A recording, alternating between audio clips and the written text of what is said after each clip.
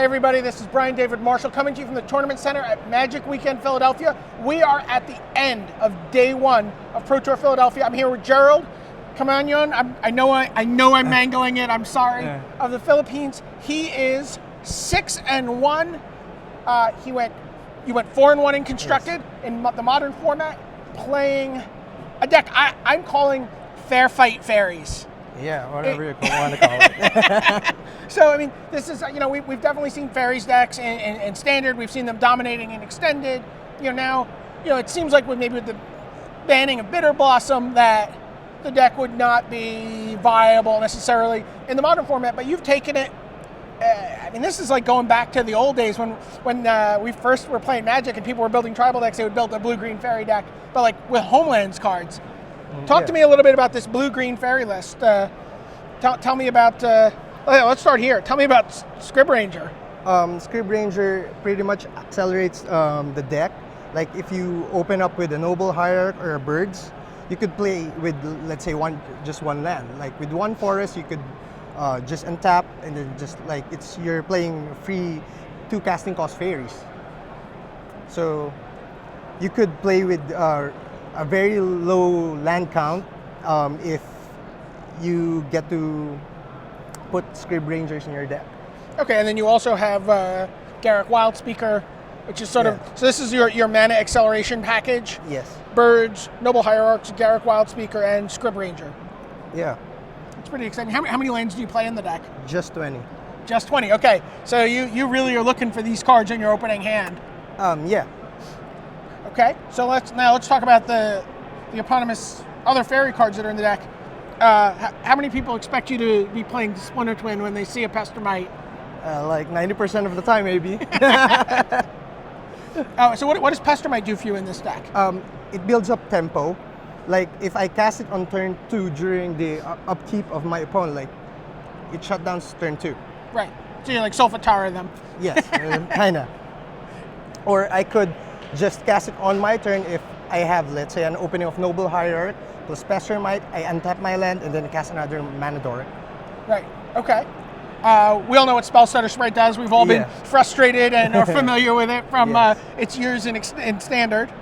And so what's the range of spells you're able to effectively counter with this? Obviously the cheap spells, but what's the biggest thing you've hit with a Spellstutter Sprite this game, this tournament? I don't recall if I hit like for 3. Okay. Yeah. I hit a Pestermite of my opponent. How ironic. Yeah. Mistbind Clique. So this is, we know this guy's just a beater, right? Like that's like your juggernaut. Yeah, and it's essentially a time walk for most of the decks. Like the control decks, if you cast Mistbind Clique on their upkeep, let's say you get the free turn, then you get free swings on your turn. Right, and then you can play this on turn, again, you can play this on turn 3, right? Yes. And so against a deck like the Cloud Post deck, which is really expecting to go off on a certain turn. Yes. There was one game that I did Vendilion Clique on my opponent. And when I saw, let's say the cards in his hand were, let's say, Primeval, and I had no counters in hand. So I just went on to just denying him the mana every time. Oh, you were just like cycling Mistbind Cliques? Yes. Nice. Then we have Scion of Oona, which is a guy who's sort of fallen out of favor in some of the blue-black decks. Yeah. It's quite good because it serves as a counter spell for your fairies.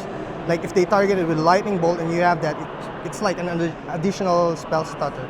Right. So it serves as a stave off or a protection from. You also have Spellskite up here to help save your guys. Yes, and again, it's good against Twin too.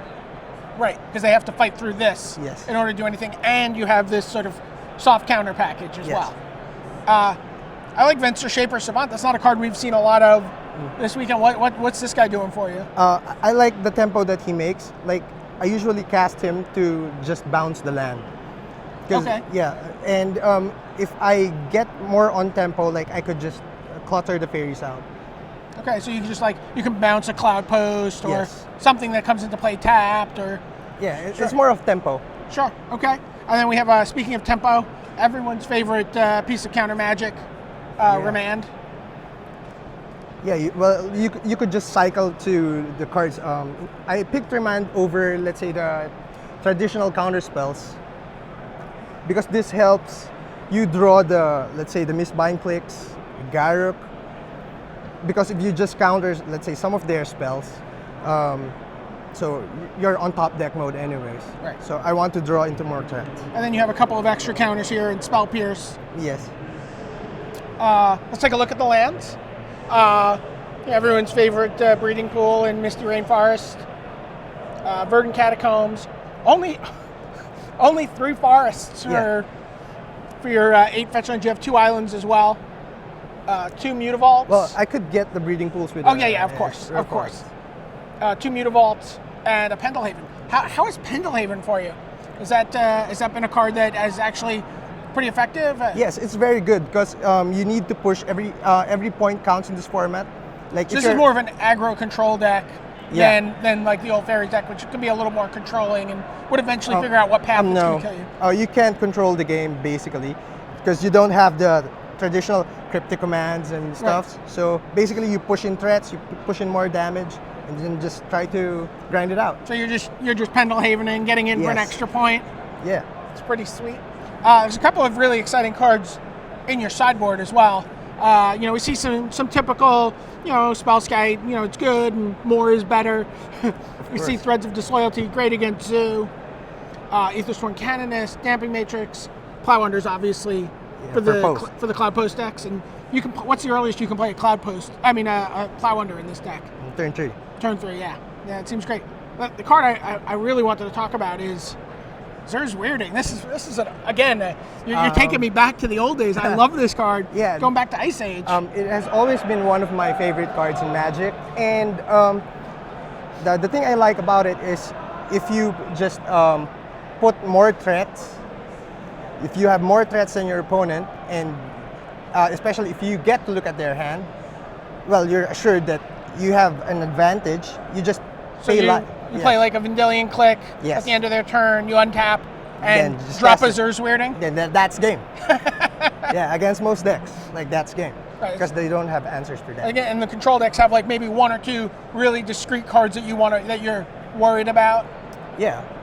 And the mass creature eliminations of some decks, once I get to see, let's say, whatever, I just cast it. And even if they cast it, and I have 1 more guy out, that will be more than enough to finish the game. Right. And you've played this card this tournament, and it's been successful for you. Yes. That's awesome. I love that. Yeah. So, and now you mentioned Cryptic Command, right? I mean, why is this not a deck? I see birds, I see Noble Hierarchs, I see blue-green lands. Is Cryptic Command not a card you could play in this deck, or not a card you want to play, or? I just don't want to play it. It just doesn't do enough because I just want to push in more damage with the threats. The reason why I pick Remand, of course, it's draw cards, and so I don't want to, let's say, draw into counters. I just want to put in guys out every time. And then why a deck like this and not? I think that the sort of aggro control deck that people were expecting to see at this event was Merfolk. So why not more of a traditional fish deck? Well, I've seen how the Merfolk deck goes. I don't like tapping out for this format. Basically, with poison, you get killed in turn 2. So, if you have open mana every time and your opponent doesn't really know what you could do, they actually don't know what I would cast with my open mana. Spell Snares, they're thinking that I might have something, but it's just Faeries. And then I'm gonna just push in more damage. And you can play so many of your creatures at the end of your opponent's turn. Yes, that's the plan. Excellent. Well, Gerald, I'm super impressed. I'm really excited to see you in action tomorrow. Again, 6-1, great start. Is this the best start you've had at a Pro Tour? Yes. All right, well, I hope you finish just as strong, and we get to look at this deck under the lights on Sunday. For Gerald, this is Brian David Marshall signing off from the Tournament Center.